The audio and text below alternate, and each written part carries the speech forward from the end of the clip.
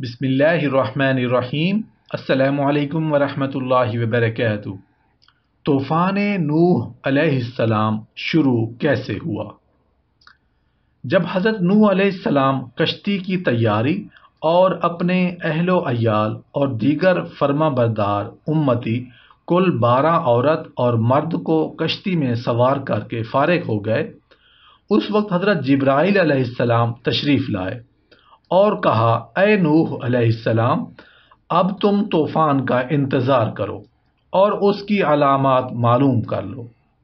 علامت اس طوفان بے پایاں کی یہ ہوگی کہ ایک دہکتے ہوئے آگ کے تنور میں سے اول پانی ابلنا شروع ہوگا، اور پھر اس کے بعد تم خود دیکھ لو گے کہ کیا سے کیا ہو جائے گا۔ اچھا، اب تنور کی نسبت مختلف روایتیں آئی ہیں۔ بعض کہتے ہیں کہ وہ تنور جس میں اول پانی نکلا ہے وہ حضرت نوح علیہ السلام کی بیوی کا تھا، جو ان کو حوا میں ملا تھا، اور وہ پتھر کا بنا ہوا تھا۔ لکھا ہے کہ ایک روز وہ روٹیاں پکا رہی تھی کہ یکا یک آگ کے بھرے ہوئے تنور سے پانی ابلنا شروع ہو گیا۔ انہوں نے دوڑ کر حضرت نوح علیہ السلام کو اطلاع دی۔ دوسری روایت میں اس طرح مرقوم ہے کہ حضرت نوح علیہ السلام کچھ کھانا پینا خریدنے کے لیے بازار میں آئے تھے اور اتفاق سے ایک نان بائی کی دکان پر کھڑے ہوئے روٹیاں لے رہے تھے۔ اسی نان بائی نے آپ سے بطور مذاق کے کہا کہ اے نوح، وہ آپ کا پانی کہاں ہے جس کی طغیانی سے آپ ہم کو ڈراتے تھے؟ وہ کہاں چھپا ہے اور کب آئے گا اور کہاں سے نکلے گا؟ پیارے نوح علیہ السلام کو اس کے مذاق اڑانے پر غصہ آیا اور جلال میں آ کر کہا، شاید تیرے ہی تنور میں سے وہ پانی نکلے، اور عجب نہیں کہ جو ابھی نکلنا شروع ہو۔ چنانچہ آپ کی زبان سے یہ الفاظ نکلتے ہی مولا عز و جل نے قبول کر لیے۔ اب جو نان بائی آپ کا مذاق اڑانے کے لیے تنور میں جھانک کر دیکھتا ہے تو اسے پانی جوش مارتا ہوا اس میں دکھائی دیا، اور آنن فانن میں وہ ابلنا شروع ہو گیا۔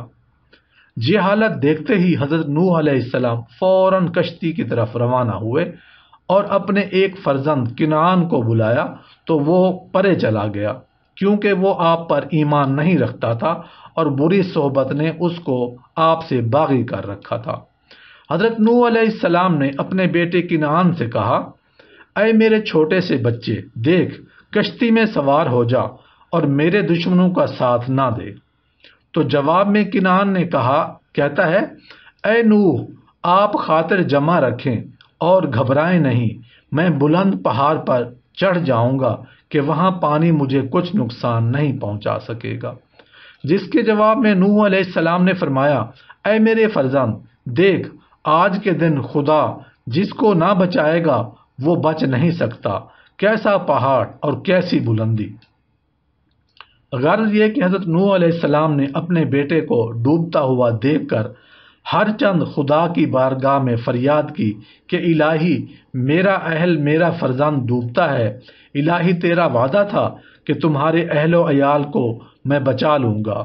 وہاں سے یہی جواب ملا، نوح علیہ السلام، وہ تمہارے اہل نہیں ہے، کیونکہ اس کے عمل بہت خراب ہیں، اور بار بار تم اس کے لیے ہم سے سفارش نہ کرو، ورنہ ہم دفتر نبوت سے تمہارا نام کاٹ دیں گے۔ یہ سنتے ہی حضرت نوح علیہ السلام لرز گئے اور غضب الہی سے کانپنے لگے اور زار و قطار رونا شروع کر دیا۔ القصہ ادھر طوفان عظیم جوش مارتا ہوا چلا، ادھر نوح علیہ السلام کے بیٹے کنعان نے اپنے لیے پہلے ہی ایک صندوق بنا رکھا جس کے سوراخوں میں اس نے رال وغیرہ بھر رکھی تھی تاکہ کہیں سے اس میں پانی نہ جا سکے۔ غرض یہ کہ کنعان اس صندوق میں بیٹھ گیا اور بموجب روایت معارج النبوہ اس کا صندوق پانی میں تیرتا ہوا پھرنے لگا۔ چنانچہ سب سے پہلے اسی کا برا انجام سن لینا چاہیے۔ صندوق پانی کی موجوں میں بے کھٹکتے تیرتا ہوا پھر رہا ہے اور فی الحقیقت پانی اس میں نہیں جاتا۔ خدا تعالیٰ نے اس کے پیشاب کا دھانا کھول دیا کہ وہ رکتا ہی نہیں، یعنی اس کا پیشاب اتنا آنا شروع ہوا کہ وہ ختم ہی نہیں ہو سکا، روک ہی نہیں سکا، یہاں تک کہ وہ اس پیشاب میں ہی ڈوب کر مر گیا اور فی النار ہوا۔